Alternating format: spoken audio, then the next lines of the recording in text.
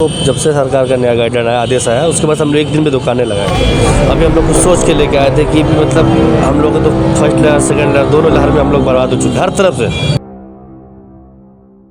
मतलब ताकत से, पैसा से, हर कुछ से इंसान मतलब ऐसा हो गया कि इंसान कुछ लोग तो ऐसा है कि फांसी लगा ली, सुसाइड के लिए फुटपाथ दुकानदार। बीमारी का तो वही है, हमने 1 लाख रुपये उधारी किसी से लेकर के माल लाया है। अभी हमको ये डर लग रहा है कि मैं उसको क्या जवाब दूँ, हमारा माल तो पूरा फंस गया है। आगे आने वाले समय में भविष्य में क्या लग रहा है, कुछ सुधार आ पाएगा? सुधार तो नहीं आ पाएगा, लग रहा है मरना पड़ेगा, भूखा मरना पड़ेगा। इस टाइम में ऐसा आ गया, भूखा मरना पड़ेगा। रूम भाड़ा पे है, डेली खाना डेली कमाना तब घर चलेगा, चूल्हा दे रहेगा, नहीं तो एक दिन यहाँ बैठ गए तो घर में चूल्हा भी नहीं दे रहेगा, अपना पैसा नहीं देगा।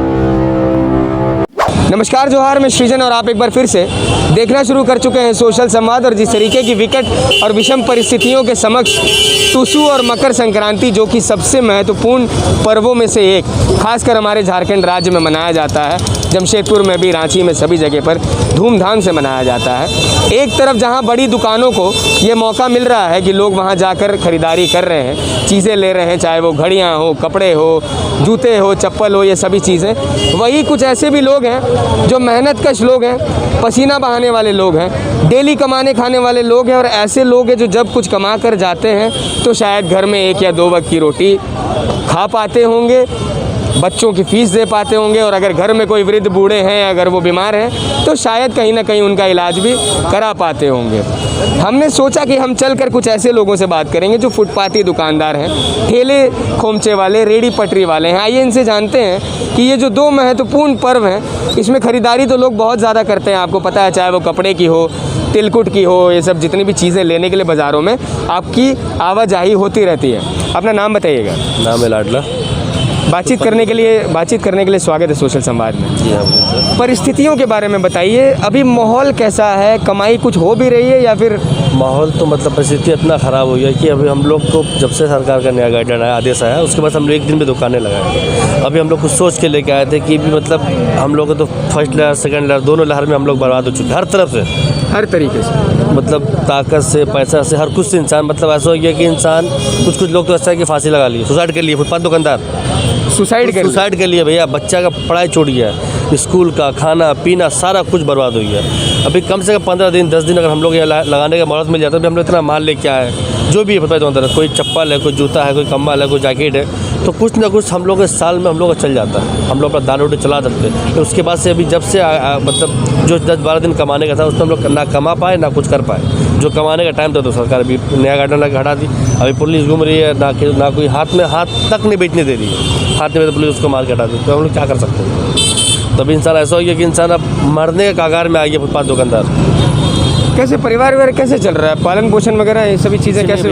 कभी हाट जा रहा आदमी, फिर ना वहाँ हो रहा, कहीं कुछ नहीं हो, यहाँ पर कुछ हो ही नहीं रहा। कम से कम 1 घंटा भी लगाने मिल जाता हम लोग को, तो हम लोग अपना पालन पोषण कर सकते थे यहाँ से 1 घंटा के लिए भी। उसके बाद भीड़ तो ऐसी भी है, हर जगह भीड़ है, सिर्फ साक्षी बिहार में नहीं, आप देख लिए हर जगह भीड़ है। सिर्फ साक्षी बिहार से एक फोकस बनाइए, साक्षी बिहार में भीड़ ऐसा नहीं है, भीड़ सारे जगह, पूरे जमशेदपुर में भीड़ है, हर हाट फेरी में भीड़ है। इनका ये कहना है, काफ़ी वाजिब भी है ये कहना, ये कह रहे हैं कि अतिक्रमण क्या सिर्फ साक्षी बाज़ार में ही है, भीड़ बढ़ा के फुटपाथ पर क्या सिर्फ साक्षी बाज़ार में ही लग रहे हैं। तो इनका भी कहना कहीं ना कहीं। आपका क्या नाम हुआ? मोहम्मद अफरोज। आपका भी स्वागत है बातचीत करने के लिए। 2 साल पहले मकर संक्रांति और टुसू के दौरान क्या माहौल था, और अभी 2 साल बाद, अभी खासकर पैंडेमिक के बाद कैसा माहौल है? 2 साल के अंतर में सर बहुत कुछ बदल चुका है। 2 साल का लॉकडाउन, पहला लॉकडाउन तो इंसान को ले डूबा से, हर तरह के इंसान को, चाहे ऊंचा लेवल को, नीचे लेवल को, उद्योगपति हो, कोई भी हो, फुटपाथी हो। और अभी फिर लॉकडाउन लगा है तो हम लोग को थोड़ा सरकार ने छूट देना चाहिए। छूट देने के बजाय इतना दबाव दिया कि आदमी क्या करेगा। हम लोग तो फुटपाथ दुकानदार है, हम लोग बचपन से ही कारोबार करते आ रहे यहीं पर ही। अरे ऐसा नहीं कि सिर्फ यहीं पर एक कोरोना का है, साक्षी बाजारी में बात सही है, पूरे हिंदुस्तान में फुटपाथ लगता है। बस हम लोग को यही रोजी रोटी कमाने आते हैं, इसी तरह 200-400 रुपया कमा घर चले जाए, घर परिवार चले जाए, पर ऐसा हो कैसे कमा पाएगा आदमी। हम लोग तो आते हैं, क्या करें, बहुत परेशान में रहते हैं, अब अपना दुखड़ा किसको सुनाने जाए। तो थोड़ा सरकार हम लोग को प्रयास करते, वो बहुत धन्यवाद रहेगा। आइए, एक और तजुर्बेकार व्यक्ति हमारे बीच मौजूद है, नाम बताइएगा। MD शमशेर। बातचीत करने के लिए स्वागत है आपका भी। अभी सबसे ज़्यादा डर किस बात का लग रहा है? इस बीमारी का लग रहा है कि पेट कैसे चलाएंगे उसका लग ये रहा है। बीमारी का तो वही है, हमने 1 लाख रुपए उधारी किसी से लेकर के माल लाया है। अभी हमको ये डर लग रहा है कि मैं उसको क्या जवाब दूँ, हमारा माल तो पूरा फंस गया है और हम बहुत परेशान हैं जो किसी को नहीं बता पा रहे हैं। नहीं, हमें बिल्कुल बताइए। बहुत किस हमारा तरीके से हालात परेशानी ख़राब है और वो पैसा हमको 14 तारीख के बाद देना था और 1 बैग हम लोग को हटा दिया गया। तो जितना देना था उसमें अभी तक कितना कमा पाए? कुछ नहीं आया, अभी बैंक टाइम में हम लोग को हटा दिया गया और हम लोग बहुत परेशान हैं। हम लोग का दुकान लगता तो कुछ भी हम लोग उठा करके कुछ भी दे करके अपना इज्जत बचा लेते, लेकिन अब ऐसा लगता है कि हमारा इज्जत वहाँ भी ख़राब होने वाला है। हम बहुत परेशान हैं। थोड़ा आगे आइएगा, नाम बताइए। रोहित नाम हुआ सर। स्वागत है आपका भी बातचीत के लिए। 2 साल पहले जब टुसू और मकर संक्रांति का माहौल हुआ करता था, खासकर लॉकडाउन से पहले, तो उस समय कमाई कैसी थी? उस समय तो सर चल ही रहा था मोटा मोटी, अब तो वो भी कुछ नहीं चल रहा है, चल नहीं पा रहा है। और ये परिस्थिति कब से हुई है? लॉकडाउन के टाइम? ये लॉकडाउन के टाइम से हुई सर।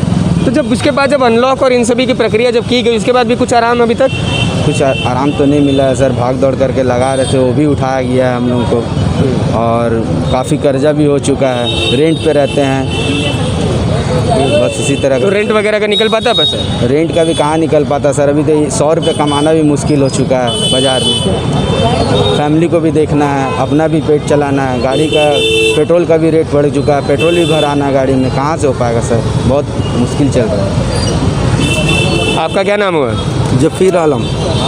बातचीत करने के लिए आपका भी स्वागत है। थोड़ा साइड हो जाइएगा। उम्र कितनी है? वही 55 होता होगा। दुकान लगाते हैं आप भी? जी हाँ, कितने साल से लगा रहे हैं? करीब यहाँ पर 30-35 साल हो गया सर। 30-35 साल हो गए। जी सर। कैसी परिस्थितियाँ हैं? खरीदारी कैसी है? कितना कमा पा रहे हैं, नहीं कमा पा रहे हैं, बताइए। ये जब लॉकडाउन नहीं लगी थी उससे परिस्थितियाँ ऐसी थी तो हम अपने फैमिली को पाल लेते थे, अच्छा पालन पोषण चल रहे थे, बच्चों को भी पढ़ा लेते थे। और जब से लॉकडाउन आया है उस वक्त से मेरी परिस्थिति ऐसा हो गया है तो एक वक्त खाते हैं तो दूसरे वक्त का सोचना पड़ता है। अब बच्चों को पढ़ाने के बारे में तो भविष्य के बारे में तो सोच ही नहीं सकते। क्या नाम? अशोक नाम है। बातचीत करने के लिए स्वागत है। जो आर्थिक तंगी और आर्थिक बोझ से गुजर रहे हैं, आगे आने वाले समय में भविष्य में क्या लग रहा है, कुछ सुधार आ पाएगा? सुधार तो नहीं आ पाएगा, लग रहा अब मरना पड़ेगा, भूखा मरना पड़ेगा। इस टाइम में ऐसा आ गया, भूखा मरना पड़ेगा। पेट तो नहीं चल रहा, ना बच्चा का चले, बच्चा भी भूखा मरेगा और हम लोग को ही मरना होगा, भूखा ही मरना होगा। यहाँ का जैसे लग रहा हमको पोजिशन यहाँ अब नहीं चलेगा, भूखा मरना पड़ेगा। लॉकडाउन का एक बार ये बिजनेस बना लिया, लॉकडाउन इसको बिजनेस बना चुका है। मैंने किसी भी तरह गरीब इसमें मर रहा है, बड़े आदमी नहीं मर रहा है, इसमें गरीब मारा जा रहा है। डेली कमाने खाने वाले वो चले जा रहे हैं। राज्य के मुख्यमंत्री महोदय सुन रहे हैं ना? जितने भी नियम कानून हैं जो लोगों से पालन करवाने हैं, वो सिर्फ आम इंसान के लिए ही क्यों है? वो सिर्फ निम्न वर्गीय, मध्यम वर्गीय और उससे नीचे के लोगों के लिए ही क्यों है?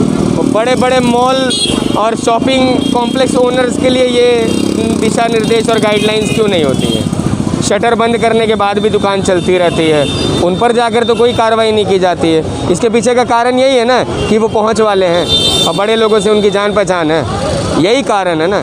यहाँ पर भी बाज़ार में घूमिए, इतने सारे शोरूम में इतनी बड़ी बड़ी दुकानें हैं, आज तक किसी प्रशासन के लोगों को हमने उन दुकानों में जाकर के लोगों से बात करते हुए और उनकी दुकानें हटवाते या बंद करवाते नहीं देखा। लेकिन अगर हटवाते किसी को देखा तो इन्हीं लोगों को देखा। यहाँ पर कैमरा घुमा दीजिए, यहाँ पर कैमरा घुमा दीजिए भाई, एक बार दिखाइए। सारे फुटपाथी दुकानदार हैं, सभी के घर में माता पिता सब हैं, बच्चे भी हैं, रिलेटिव्स भी हैं, दोस्त भी हैं, पड़ोसी भी हैं। सभी के घरों में जो है चूल्हा जलना है, सभी के घरों में राशन की ज़रूरत है, सभी के घरों में चिकित्सा सुविधाएं और ये सभी चीज़ों की ज़रूरत होती है। लेकिन जैसा हमने आपको पहले भी बताया, अभी भी कहेंगे, खासकर इस पैंडेमिक के बाद अमीर और अमीर हुआ है, गरीब और गरीब हो गया है। और इतना गरीब हो गया है कि यहाँ पर लोग कह रहे हैं कि हमें आत्महत्या करनी पड़ेगी। यहाँ पर लोग कह रहे हैं कि सब कुछ छोड़ छाड़ के यहाँ से चला जाना पड़ेगा। क्यों?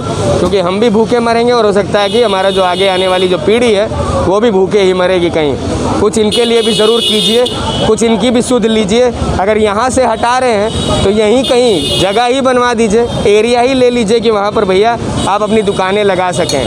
क्योंकि एक बार में उठ करके कहीं पर भी चले जाना आसान नहीं होता है। यहाँ पर हम टिप्पणी या कटाक्ष करने के लिए नहीं खड़े हैं, लेकिन अगर ये आम इंसान की दिक्कत है तो कहीं ना कहीं ये हमारी भी दिक्कत है। टुसू और मकर संक्रांति में जहाँ दूसरी तरफ लोग फल बेच रहे हैं, ये सभी चीज़ें जो लोग बेच रहे हैं, तिलकुट बेच रहे हैं, मूढ़ी लड्डू बेच रहे हैं, उन्हें तो कमाने का मौका फिर भी कहीं ना कहीं मिल जा रहा है। लेकिन ये डेली जो रेडी पटरी वाले हैं, इनकी कमाई और इनका जो जीवन यापन और पालन पोषण है वो अभी भी प्रश्न चिन्ह के घेरे में है।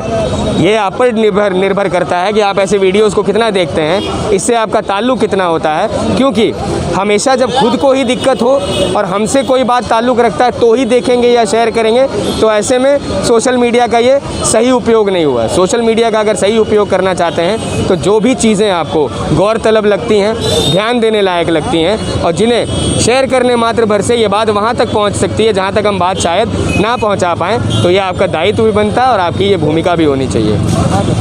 हमारे साथ इस वीडियो को रिकॉर्ड कर रहे थे मंजीत। अब अन्य किसी टॉपिक पर आपके साथ मुलाकात होगी, लेकिन इस वीडियो को भी देख लीजिएगा, शेयर कर लीजिएगा और हमारे पेज को भी लाइक, फॉलो और सब्सक्राइब करना बिल्कुल ना भूलें। इस तरह की कहानियाँ और सरकार को हो चाहे समाज का आईना बनने का हमारा ये जो प्रयास है, सरकार को भी आईना हम दिखाते रहेंगे। जहाँ पर हमें अच्छी चीज़ें नज़र आएंगी उनकी सराहना करते भी सर्वप्रथम हम ही पाए जाएंगे, और जहाँ हमें कमियाँ नज़र आएंगी और गलतियाँ नज़र आएंगी उन गलतियों पर तमाचा लगाते भी हम ही पाए जाएंगे। अन्य किसी टॉपिक पर मुलाकात होगी, तब तक के लिए देखते रहे सोशल संवाद न्यूज़ झारखंड। मैं सृजन मिश्रा, जय हिंद दोस्तों।